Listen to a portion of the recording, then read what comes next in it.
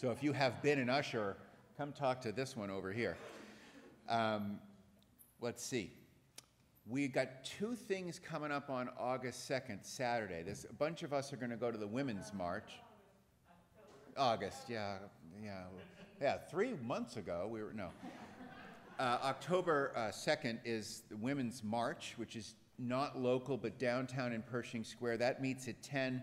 It's also the second week we're going to do Zealots, so there's going to be a little bit of a tear in our, collective what we're doing. But there's a march downtown. There's a number of people going to go to. It's for reproductive rights for women, and I'm doing the second part of a 2-part book group on Zealot, which is this book right here. It's sort of a historical look at Jesus. We in the transformation team are we're reading Nice Racism, but we're going to have a 2-week book review of that on Saturday mornings. Most Saturday mornings at 10, we have like an adult ed program you can come live to, or you can watch on Zoom. Let's see what else. We're taking the teen program starts today. Kim, where's Kim? Kim has been like star volunteer of all star volunteers. No, she has. Absolutely, Kim's been great. What are you talking about? You've been fabulous. Kim's been on the transformation team, and just sit down. And has been leading RE, which has been, great, and just, kind of a champion of the church these days. Let's see. So, I want to invite up Melissa, who's going to talk a little bit about something I've forgotten about. Go ahead. Hi, everyone. I'm Melissa, and I do serve as the board president this year. And if Steve's forgotten, maybe I shouldn't say anything. But I guess maybe he'll remember again, so I should say something. So Steve will be leaving to go back east for some family issues in June. And of course, we don't want him to go, but okay, July. All right, no. And so that leaves us in a position to find a new minister, and there are different options, and the board has looked at so many different options, and we, after much debate and careful examination, we decided to go with the UUA recommendation to search for an interim minister. So interim ministers are specializing in helping a congregation transition from one settled minister to the next. And it was their very, very strong recommendation. And we'll get you more information on this. I don't want to take up too much time today, but if you have questions about it, please come to me, let me know. And we have other wonderful board members here, Amy Pham, Kimberly Store, anybody else in the house from the board that and Donna, you're back there, Donna, too. So you can ask anybody. And Karen, hi. It's so hard with masks. I don't even know who's here today. But you can come and ask any of us about the reasons for our decision. We'd be happy to discuss it with you. Okay, anyway, thank you.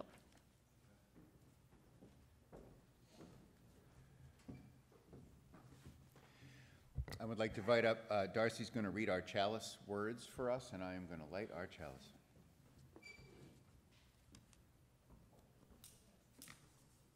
Stop. I want to institute a ritual so serious that when we light this chalice, as best we can, we enter a more sacred time than we normally live in. As we light this chalice, I believe our time will honestly be best spent if we see this as a worry-free zone. We light the chalice with the simple wish that we always enter a sacred space when we see this.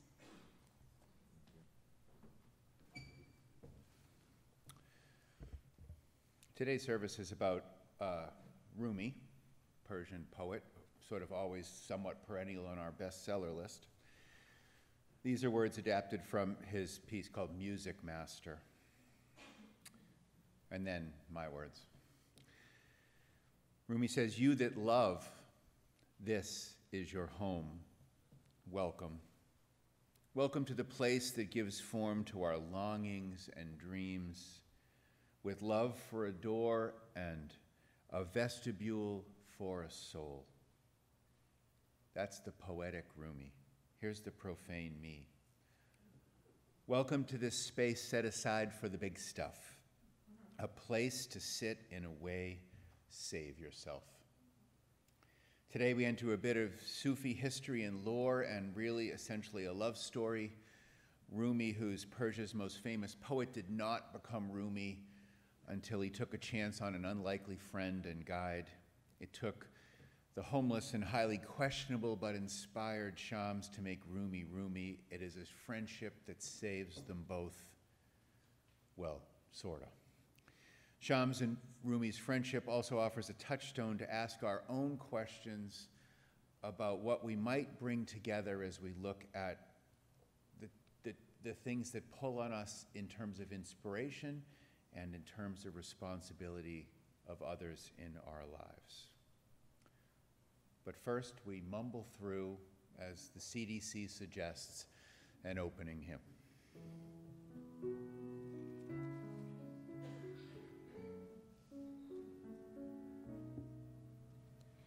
One more step, we will take one more step, till there is peace for us, and everyone will take one more step.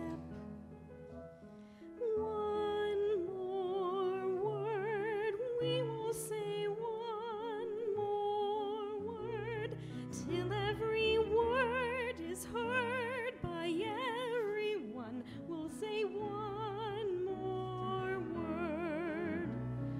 One more song, we will sing one more song, till every song is sung by everyone. We'll sing one more song.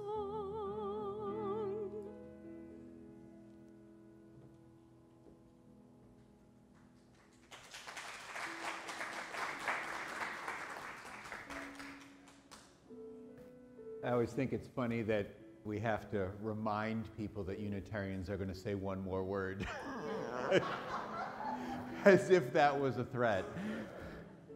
I'd like to invite our kids forward for a little children's moment, so come on up and just try to spread yourself safely apart here. You're going to like this one, I think. This is pretty simple. And then we're going to sing out our children, those who want to leave at least. All right, here we go. So, you go to school all the time, right? And they're just, you know, these evil adults are trying to pound your head with information. You got to learn how to do math, and you got to learn how to do all of these things. Come sit.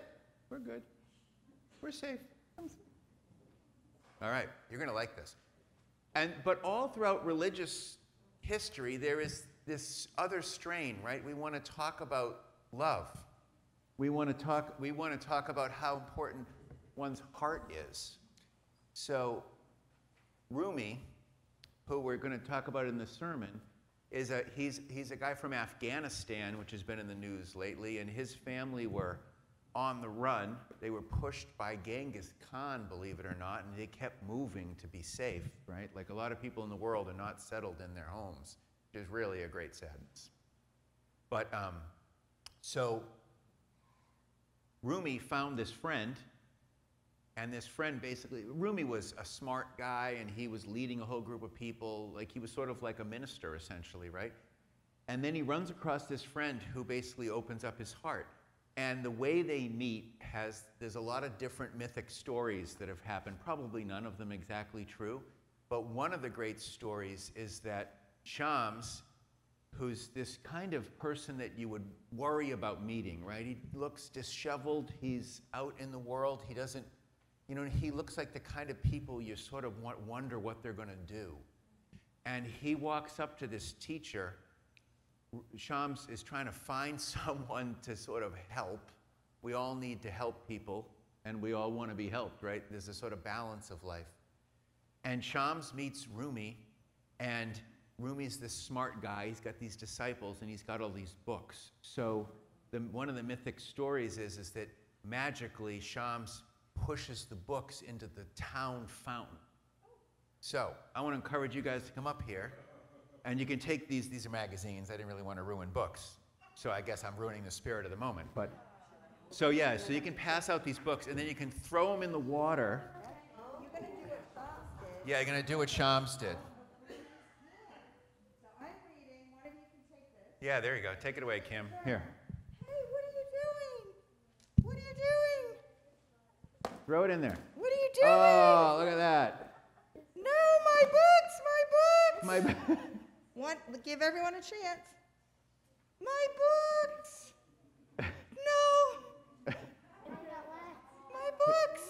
So they throw them in the water, No, in the fountain. all my knowledge. Did everyone get a turn? And Shams is do basically this? saying, well, get them all in there. Why not? Okay, here we go. Everybody do one more. Everyone have one more Yeah, turn. there we go. All right. Good. Listen, you barbarians. Okay, we get it. I got it. Then Shams sat down. All right, there we go. Sat down, and then he just sat down, and then Rumi had said, This what- is all improv, by what- the way. How could you do that? These are books of knowledge. How could you do that? Why would you do that? Well, you took over, so you go ahead. Why did he do that, Steve? That's right. He wanted Rumi, who was smart, to open up his heart, because that's the balance in life. It's wisdom and love, isn't it? Right? It's knowledge and it's compassion. And we in this church try to balance those two things, don't we? We try to balance, the Dalai Lama says there is no wisdom greater than compassion. And I think that's the lesson of this story is that sometimes you need your heart opened, sometimes you need your mind opened, but sometimes you need your heart opened. And then I just had a thought that maybe sometimes we make decisions with our heart instead of our head, right? By how we feel. Yeah, well, you do all the time. Here we go. Okay, we're going to sing out our children with our Singing Out Our Children song, Go With Wisdom. You guys know this one, sing along.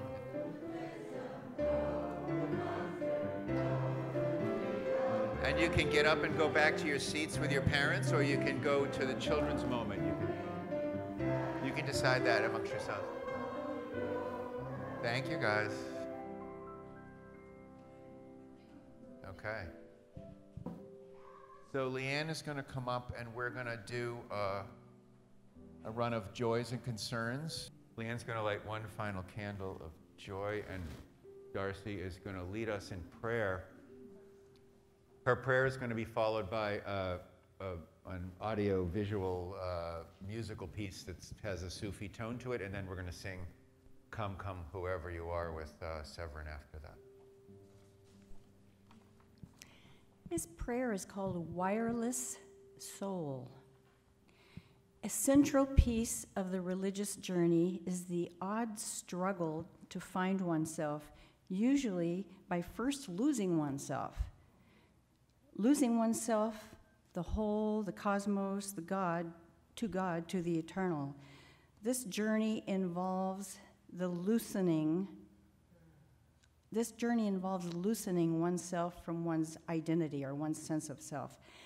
I believe that the very core of salvation is rooted in one's comfort with loss and gain, with this loss and this gain. Rumi instructs both implicitly and directly that when you do something from your soul, from the eternal, you feel a river move in you, a river that has power, a river that will renew and sustain you. He suggests that when you do something that draws on your own ego, you employ your own energy, and that is an energy that is far more limited. As we drop into prayer, I invite you to do your best to plug into your own wireless soul, into the energy that is here. Feed your soul with power and love and draw from that in here with us. I have a dream that we as individuals and as a collective Provide a warm and inviting home or place here for humanists and pagans and Christians and God worshipers and Jews and Taoists to all stop for a minute to break bread, kiss, grieve, and laugh. But mostly, stop to tap deeper into our collective pain, deeper into our collective fate, deeper into joy, because it just feels like this is the place to do it. Amen.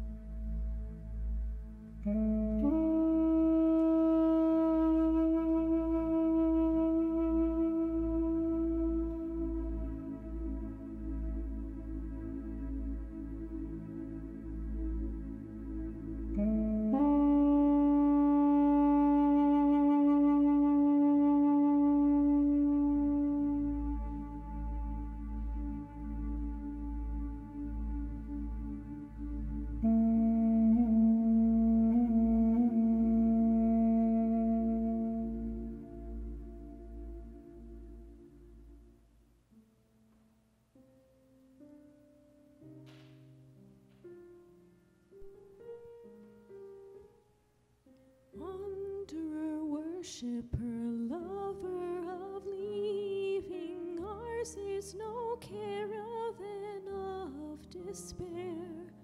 Come and again come. Come, come, whoever you are. Wanderer, worshipper, lover of leaving, ours is no caravan of despair. Come and again come.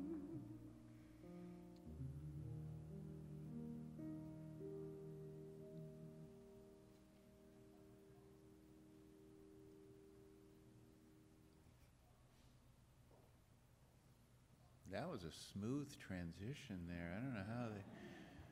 It's almost like Severin was in that piece. It's cool. Today I got a story. It's really the story of two BFFs. It has all the drama and jealousy of a high school movie. It has a dramatic, unlikely meeting between people a generation apart. It has stops in some of the world's most mysterious and timely locations in the world. Starts in Afghanistan, tours through Baghdad, Damascus, Iran, and Turkey. It's a story that has a mystery in it, very even likely a murder. But really, it's a story of anyone who's had a friend, a lover, a teacher, who got close enough that their lives blurred together for a moment or two in time, and to a degree sort of lost each other in relationship and been transformed by that encounter. I encourage you to think about your own lives.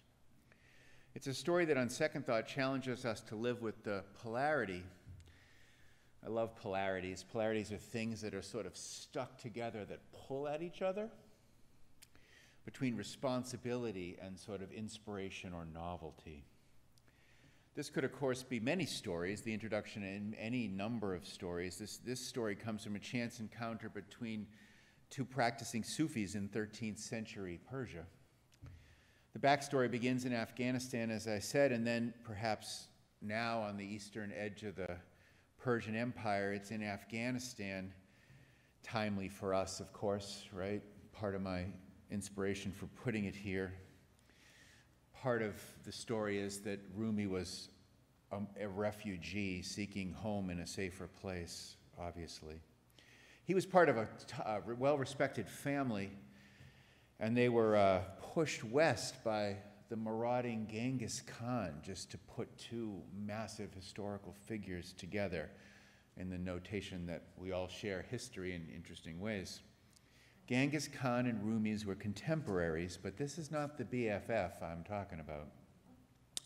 In the story, his family stops in Baghdad and a couple other respites before Rumi, now a young man, and his family stop in a small town in Turkey. We greet our young protagonist studying at his father's feet, a teenager. Rumi's a person of privilege. His father is a religious leader of some renown, and Rumi is following in his footsteps. But that's all foreshadowing. The real story begins, as I said with the kids. Rumi's a middle-aged scholar, a teacher, a leader of a collection of disciples himself.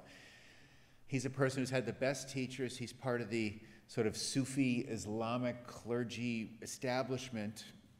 He's admired and well-respected. He's comfortable. He's probably a little restless. About here enters the other main character, Shams. Shams was a 60-year-old antisocial religious drifter from Tabriz, who in recent years had the profound vision that brought him to God. He was an experience that made him, let's politely call it, enthusiastic, maybe a little bit volatile, probably a bit mad. Shams is what we would think of as a religious nut. Shams scares people like smart, drifting, homeless people do. We meet Shams when he was at the phase of his life when he was fasting and praying for someone, as he phrased it, anyone, and these are his words, who could endure his company. And by that, he meant his teachings. Shams is yearning for someone to listen to him. I actually have people who listen to me, so it's nice. In this story, rumor has it he offered his life to God for a protege. That, my dear friends, will be marked down as foreshadowing. Rumi's on his path home or seated alone. The story changes a bunch of different places. He's in the marketplace in one of them, as we shared with the kids, surrounded by his disciples, when he's stopped by Shams. And without introduction, Shams just begins to sort of talk at him, asking him pointed and poignant questions. Philosophical questions that he knows are designed to fluster this teacher and provoke him into deeper conversation. Charmed, probably a bit bemused, playing the class game, I'm sure, Rumi takes a chance and invites Shams home to finish the conversation they've started. Trouble is, the blessing and curse is that they can't stop. Although there's not thought to be any hanky-panky between them, almost immediately these two go into something resembling seclusion. For most of the next 3 months, Rumi puts aside his students that has become his disciples and has become responsible for, right? And everything else in the habit that was part of his life, unmentioned mostly, for this new friend. Rumi at one point quoted poetically saying about this period, "When I'm with you, we stay up all night. When you're not here, I can't go to sleep. Praise God for these two insomnias." Rumi's like that. It's pretty. And if you've never read any Rumi, there's also Hafez, who's great too. They're playful. You've never read really religious language in the West. It's not kind of as playful and as loving as these poets. They're pretty cool. These two are friends. They're soulmates. Although life would, for Rumi and his disciples, return to some normalcy, it begins a pattern of long conversations, almost like binges that happen between these two, where enlightenment and conversation would meet. There's a short pause here where you can wistfully reminisce about a relationship like that for yourself. In this time, under Shams' tutelage and friendship, it's been said that Rumi's heart swallowed his mind. I love that phrase. Rumi's heart swallowed his mind. He gave up rationality for love. Could probably use a little of that myself. In a dramatic moment that feels scripted, as I shared with the kids, it's told a number of different ways. Shams puts Rumi's book, sets them aflame, throws him into the town fountain. Rumi speaks of this whole overall transition in his life in this poem called Burnt Kebab. Last year I admired wines. Now I'm wandering inside the red world. Last year I gazed at the fire. This year I'm a burnt kebab. Later, it's funny, it is. Later, when we asked to describe his meeting with Shams and the sacrifice of his time and the threat to his established good name. He said that he was someone who, walking from the desert, happily traded a jar of gold coins for some water. Shams had found his protege, clearly, oddly in the form of a more respected teacher, and Rumi, in a way, had found his heart, a deeper way to God, a new way to God, oddly in the form of this crazy sage. In the story, as any good story, as we might expect, the bond between these soulmates creates jealousy among Rumi's existing disciples who threaten Shams with violence, if not death. These threats were a couple times serious enough to sort of send Shams off, drive him out of town. In each case, like a lover might, Rumi tracks Shams down, brings him back. Again, their new pattern of long meetings and deepening friendship. As a result, Rumi's teachings, once scholarly and professorial, once worldly and interpretive, full of jurisprudence, become ecstatic love poems that we know from him. You can feel his new joy in this one called The Gift of Water. Every object and being in the universe, Rumi says, is a jar overfilled with wisdom and beauty, a drop of the Tigris that cannot be contained by any skin. Every jar spills and makes the earth more shining as though it were covered in satin. Wisdom about God for Rumi through his encounters with a new friend is replaced by devotion. Rumi tells us not to love the things that come and go. And his quote from his poem, beliefs and blood ties, desires and comforting habits, don't listen to them. They seem to protect, but they imprison. They are your worst enemies. They make you afraid of living in emptiness. Know that your body nurtures the spirit, helps it grow, and then gives it wrong advice.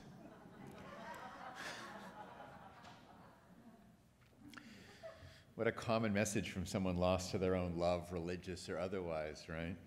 In another poem, he says, conventional knowledge is death to our souls and not really ours. We must become ignorant of what we've been taught and be instead bewildered. Run from what is profitable and comfortable. If you drink those liquors, you'll spill the spring water of your real life. Forget safety, same poem. Live where you fear to live. Destroy your reputation. Be notorious. I've tried prudent planning long enough, Rumi says. From now on, I'll be mad. For Rumi and Shams alike, their meeting sort of is a part of a journey towards completeness in different directions. Rumi needed a more palatable relationship with the divine. He needed his wisdom to be infused with ecstatic love. For Shams, full of spirit, he needed company. He needed form, in a way. He needed to feel valued and heard. He perhaps needed a legitimate interpreter or vessel for his love and his message. Their relationship leads Rumi to lose his self to the larger each other, as we've heard. Their relationship leads Rumi to see God, who was always an other, to become a beloved, and Sufi poetry has that beloved quality to it. It's intimate, it's almost romantic, the way that they relate to God. A lot of love talk in there. This being a good story, we know that this is not going to rest here. And one night when Shams and Rumi were engrossed in one of their endless conversations, a knock on the door draws Shams outside, never to be seen again. History would suggest that he was either kidnapped or murdered. Minimally, what he encountered was a threat that sent him away. After Shams' murder or disappearance, who knows, Rumi went on, ended up taking more disciples, wrote more poems, lived out the last 30 years of his life. They weren't really together for that long, it seems. He died with his family around him and was uniquely memorialized by religious leaders of all stripes. He's a little bit like the Dalai Lama. He sort of was appreciated kind of across the board. Sadly, when such transformation happens, it's not only Rumi that pays the price, it's the other half of the sermon. Who hasn't to some degree or another been there as a result when a new friend, a love affair, a new relationship, an idea, a way of life takes away someone we're close to. Relationships like revelations are never as clean as advertised in poetry. And that feeling of defensiveness, of lostness to something other than ourselves is among the best things that life has to offer, right? And it is brutal to our other commitments. Although most scholars believe Shams and Rumi's relationship was platonic, their relationship is really the story of all revelations, love affairs, transformations. And it's a relationship as a muse for the difficulty and joy as questions we have as adults of what to do with the shiny new wonderfulness that enters our adult lives. What do we do with stuff that might alter our course, redefine our goals and our character? That is a moral issue without easy resolution, isn't it? So, preacher man, what's this sermon about? Is it advice to go have a spiritual affair? Go hang out with vagrants who ask probing questions, neglect your family and responsibilities? Nope. The easy part for me, being the minister of a progressive liberal church, is that that is your job. And it is only in a church such as ours that that advice will be unclear, because life's gray. Your job is to decide what you want to do and how to manage that. This story raises for us, in a way that life is always asking us, the cost of taking or not taking a gamble. Do we risk find something that might threaten our commitments? That is your work as a human being. There is no other way to say it. For us to be a body of faith and a body of seekers, for us to be good UUs, we must dance with and between our cautious skepticism of a life lived with eyes wide open, with the reality that we humans are likely incomplete. The fact that we are here means we are all sort of in between and seekers. We need a wise and a hungry faith that Shams brings into the door, and we need that enthusiasm to be balanced with some prudence. Rumi says in one of his poems, "Gamble everything for love, if you're a true human being. If not, leave this gathering. Half-heartedness doesn't reach to majesty. You set out to find God, but then you keep stopping for long periods at mean-spirited roadhouses." These are, of course, translations, you know. But those are all the words of a man who can't fully see the foundation he stood on, aren't they? There's a little bit of privilege that Rumi might not be acknowledging here that we can see. It might be possible he takes a lot of things for granted.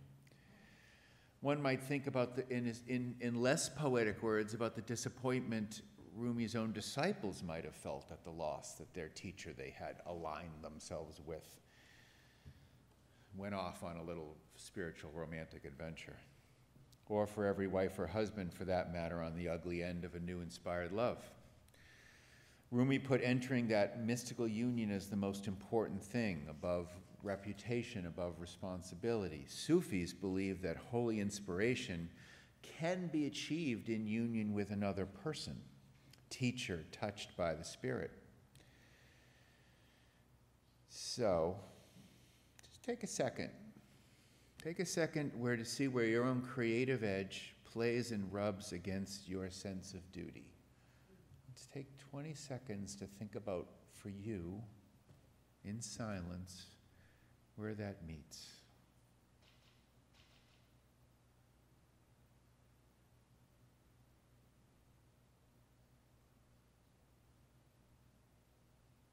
Could this story have been otherwise? Of course.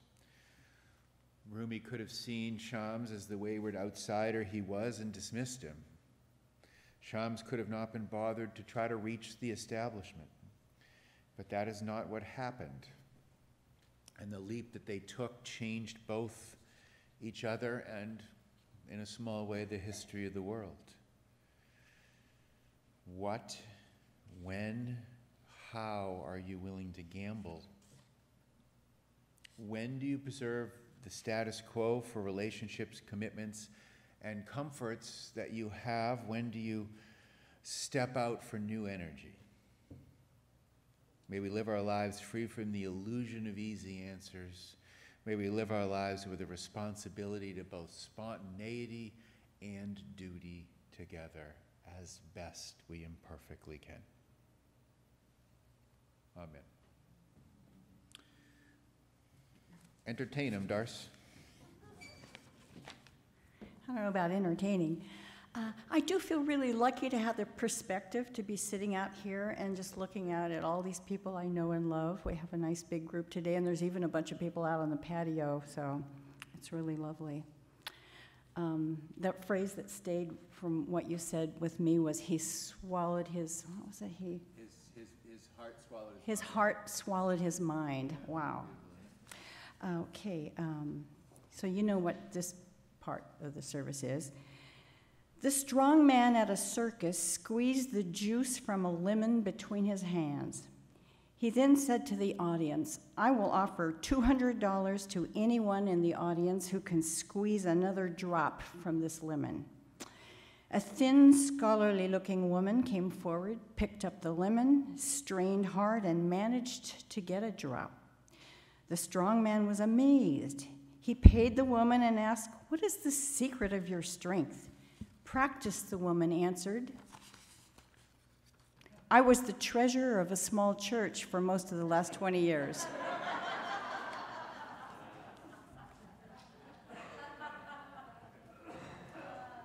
Give generously. We're going to sing a song by Pete Seeger called "Bring 'Em Home."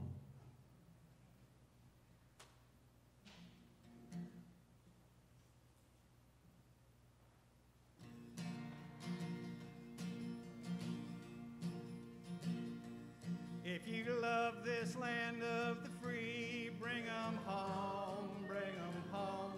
Bring 'em back from overseas, bring 'em home, bring 'em home. Make the politicians sad, I know, bring 'em home, bring 'em home. They want to tangle with their foe, bring 'em home, bring 'em home. They want to test their grand theories, bring 'em home, bring 'em home. With the blood of you and me, bring 'em home, bring 'em home.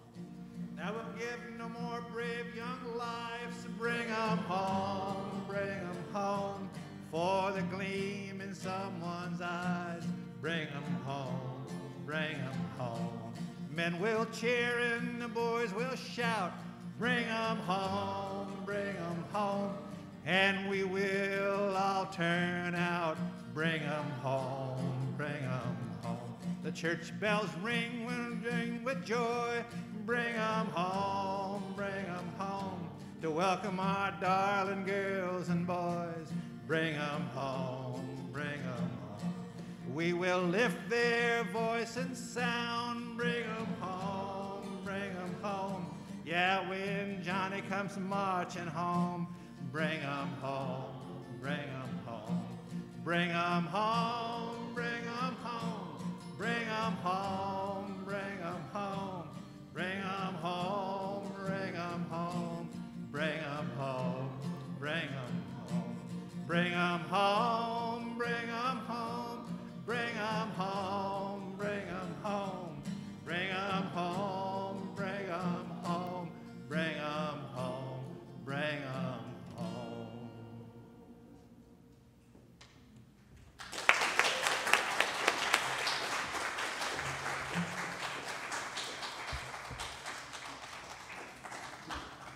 They're so good, we should let them sing inside soon.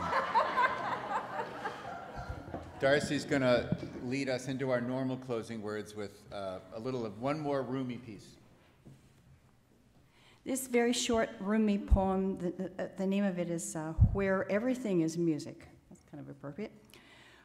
Poems derive from a slow and powerful root that we can't see.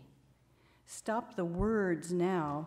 Open the window in the center of your chest and let the spirits fly in and out. Go in peace. Be peace. This church is dedicated to the proposition that behind all of our differences, beneath all our diversity, there is a unity that makes us one and binds us together forever. In spite of time and death and the space between the stars, we pause in silent witness to that unity. May the blessing of love be upon you. May love's peace abide with you. May love's presence illuminate your hearts now and forevermore. So be it. Amen. Shalom, salam, namaste, and blessed be. And as the Quakers say, and now our service truly begins.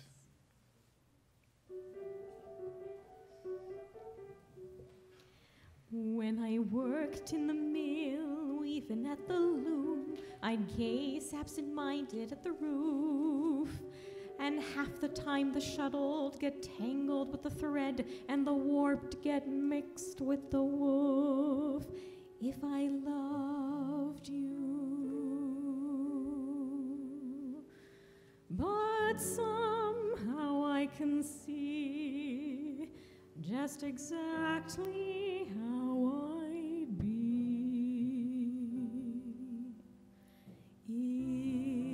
if I loved you.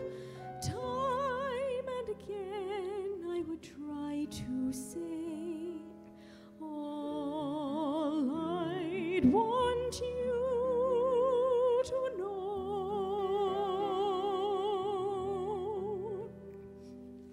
If I loved you, words wouldn't come in that easy way. Round in circles I'd go, longing to tell you, but afraid and shy. I'd let my golden chances pass me by. Soon you'd leave me, off you would go in the mist of day. Never, never to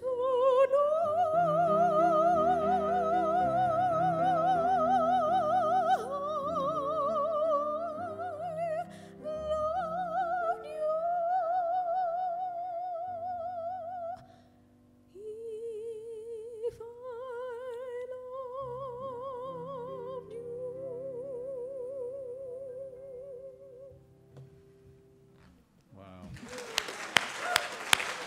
Wow.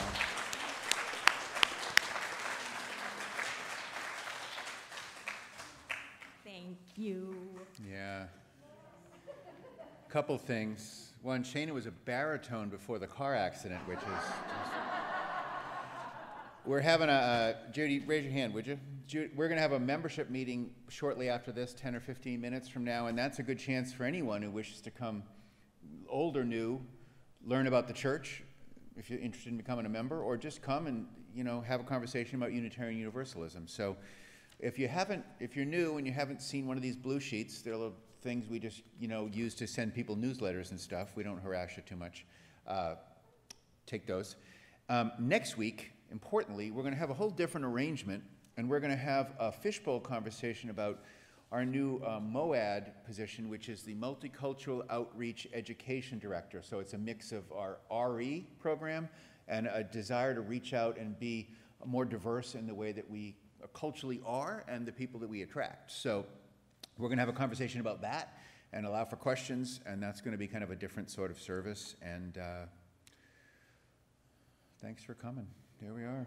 Good. All of us. Yeah. Thank you.